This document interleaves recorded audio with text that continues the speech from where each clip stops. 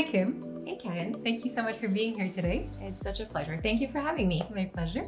Please start by telling us a little bit about you and what you do. So I wear a lot of hats when it comes to real estate, as you know. I am a co-owner of the Forest Hill Real Estate Agency. So I'm a broker, but I'm also a designer. I specialize in flips, and I also own many properties, whether it's in residential or commercial real estate.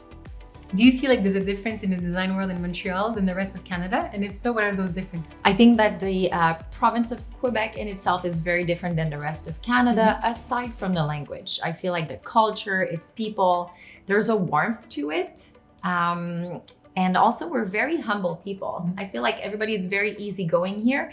And in the high-end design, that also transpires. So I feel like the high-end designs here are a little bit less gaudy, a little less flashy or frivolous. It's simple, it's clean, it's very aesthetic, but luxurious in its feel, in its textures. And we're gonna use a lot of organic materials such as steel, stone, concrete, wood. And because we have 4 seasons, and perhaps we are the province who experiences the bigger difference between those seasons, I think we want something that is cool in the summer and something warm in the winter. So I feel that our designs are unique in that way. Can you share with us one of the favorite projects you worked on and why it stands out for you?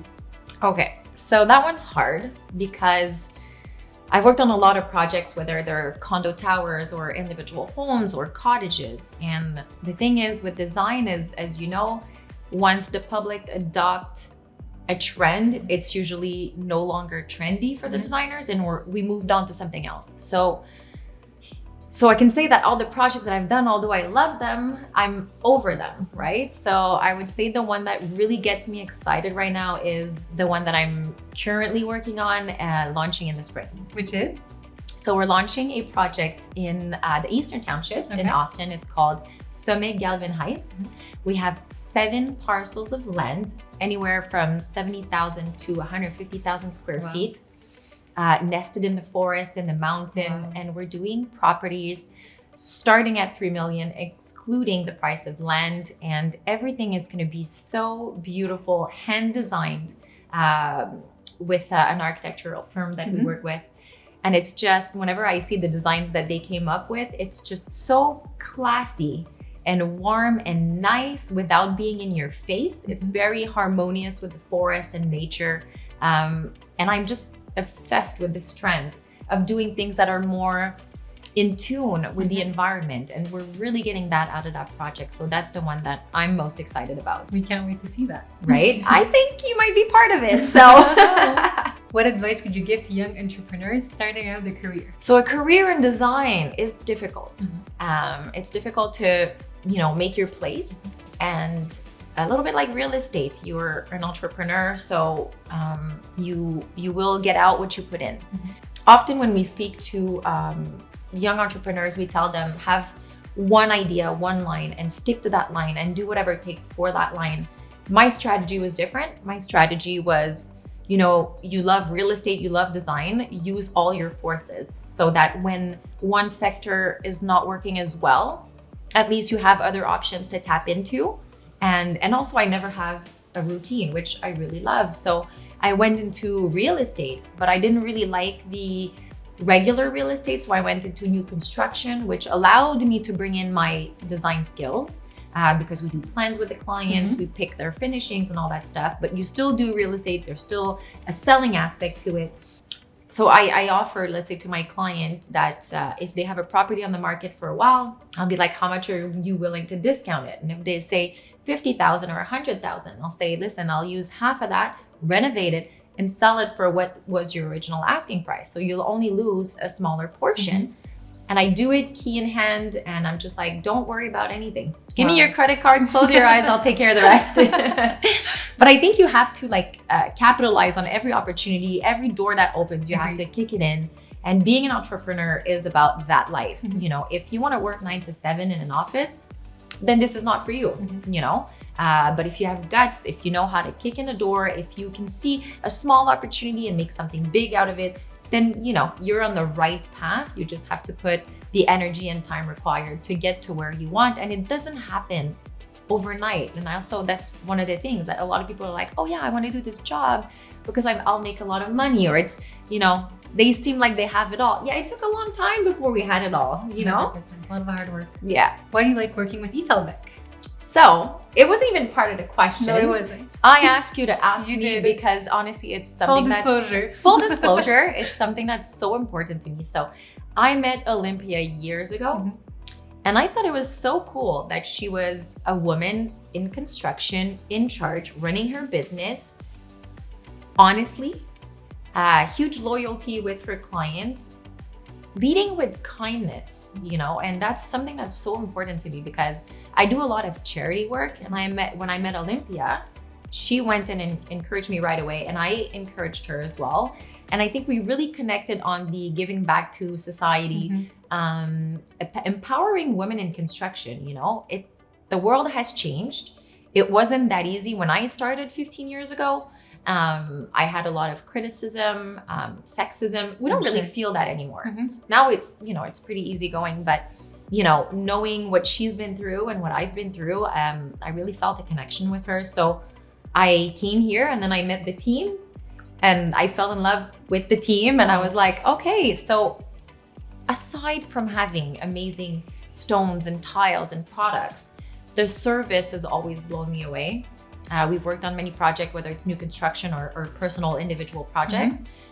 Coming here, sometimes, you know, I'll speak with Claudia and I come in with an idea, I send her pictures, I'm like, this is my vision, but I'll come and she'll tell me, yes, but you know, this requires more maintenance, or this is more expensive, or this is, you know, and she'll guide me through my choices. And I like that because as a designer, you don't know everything. You know, you can know a lot, but you don't know everything. Absolutely. So it's good to meet with specialists that actually know their field really well. So for me, regardless of the project, it's the only place that I come. And that's why when you guys asked me if I wanted to be on, I was like, yes. And do ask, because it's important, you know. It's we love working with you too. Oh, thank you. Yeah, so I think it's very important to encourage the people that you know and people that do good in society. Okay. So now I'm going to ask you a few little funner questions. Go ahead.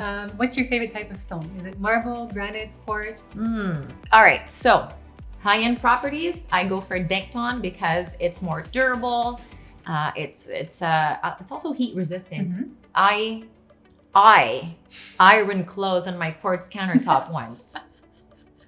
But my island is 25 feet, so I can't change the whole thing. So now it's like, it has a huge mark on it, okay? Oh my God. So number one is Decton for me. Okay. Flips, any other project is quartz. Okay. Because it's, you know, it's easy, it's durable, it's, you know, you don't have to seal it. It doesn't require as much maintenance. So for me, quartz makes a lot of sense. And then third would be quartzite. Okay. What's your favorite drink? Well, I don't drink. Okay. No, it's perfect. I didn't know that. So I just celebrated my 6 years without alcohol. Back then, I would say an Aperol Spritz. Okay. Nowadays, I'd say a Coke Zero. Okay. You know, but a good glass of water usually does it. And I know I'm gonna get crap. Okay, it's a soda. But listen, when you don't drink, sometimes a Coke Zero will do. Don't judge me. So what would you say is your favorite city? Years ago, I would have said, it's still my answer, but for different reasons. But years ago, I would have said Montreal, just because although I've traveled the world, there's a kindness to the people in Montreal. I love the different languages, the different cultures, how you eat so well for so cheap. The quality of living for, you know, the price that you pay here it's unmatched. When I was leaving for my fertility treatments, I left for months at a time. I was so scared. I was scared that I would miss my city, that people would forget about me, that I would lose my job and my clients, that, you know, just being scared of letting go, I guess. And then when I left, I realized when people were asking me, do you miss home? I said, no, because home is where I decide that my home is. I am a person who lives in a moment and I'm happy. So every city that I visited, I never stood still. I was like, I'll explore everything. I'll meet new people. I'll, you know, figure out activities and find new passions and make the best of it. So no, I didn't miss home. And when I'm here, I don't miss those places because I feel like I've done the checklist of everything that I wanted to do there. So my heart will always be in Montreal, but I think only because I have friends and family here. I have no other attachments. Like I feel like I could live in another country and it would be great. I would just make the best of it wherever I am, you know? I think happiness comes from within. Beautiful. Poof. Poof. Hi. You guys. Thank you for that. No problem. Would you say having a baby impacted your career? It did, but not in a negative way. When Ella was first born, I was proposed a project that was a huge renovation, hundreds of thousands of dollars that I just couldn't refuse because it was such a beautiful project. So I went back to work after 3.5 weeks. Oh my God. With Ella, and I told my client, I'm like, listen, I'll get the work done, but I come with the grandma, the dogs, the baby. Doesn't matter. It's like a happy family and work will get done. So I just packed everybody in the car and off we went. I started bringing, at the beginning, I didn't want to bring her to house visits. But then you know what? The reality is she's with me 24/7. So I started bringing her, and instead of being like, oh, I'm sorry, I take care of her alone and I don't have a babysitter. I was like, no, listen, this is Ella, my assistant. And I would use her little fingers and be like, ooh, this is quartz, you know? I made it fun and I brought her along, and visits are never very long. It's 15 minutes, you know? So I think people love meeting her. People had so much fun. They were laughing. They thought it was cute. People relate because a lot of people have kids. And I think that we're in 2023, you know, it's, we're past COVID, you know, people work from home. People understand a real life struggle. It's not as structured and judgmental as before. So people were very open-minded. And I think as long as your work's done, nobody really cares, you know. Now she's in daycare 3 days a week. So I try to push most of my work during that time. And then the rest of the time I work from home to be with her. But I didn't think that it impacted in a negative way. One thing that I have learned though is I used to be what people call a workaholic.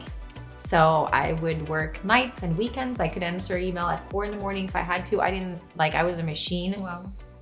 I can still do that, but I pick and choose my moments, because if there's one thing that I've learned is everybody is replaceable at work. Everybody is.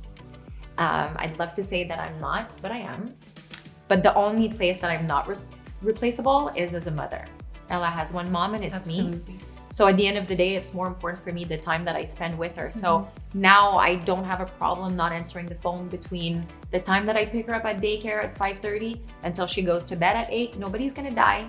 Nope. The house is gonna sell 3 hours later. It's fine. You know, we're all gonna survive. So I think that the time with my child is more important than the work, but I still get the work done. And as you know, I have a lot of work. So I'm good at multitasking, but doing it, you know, always with my priority being Ella. So Kim, this wraps up our interview. Thank you so much for coming again. It was a pleasure having you. We're looking forward to our projects together. Absolutely. Thank you. Thank you guys.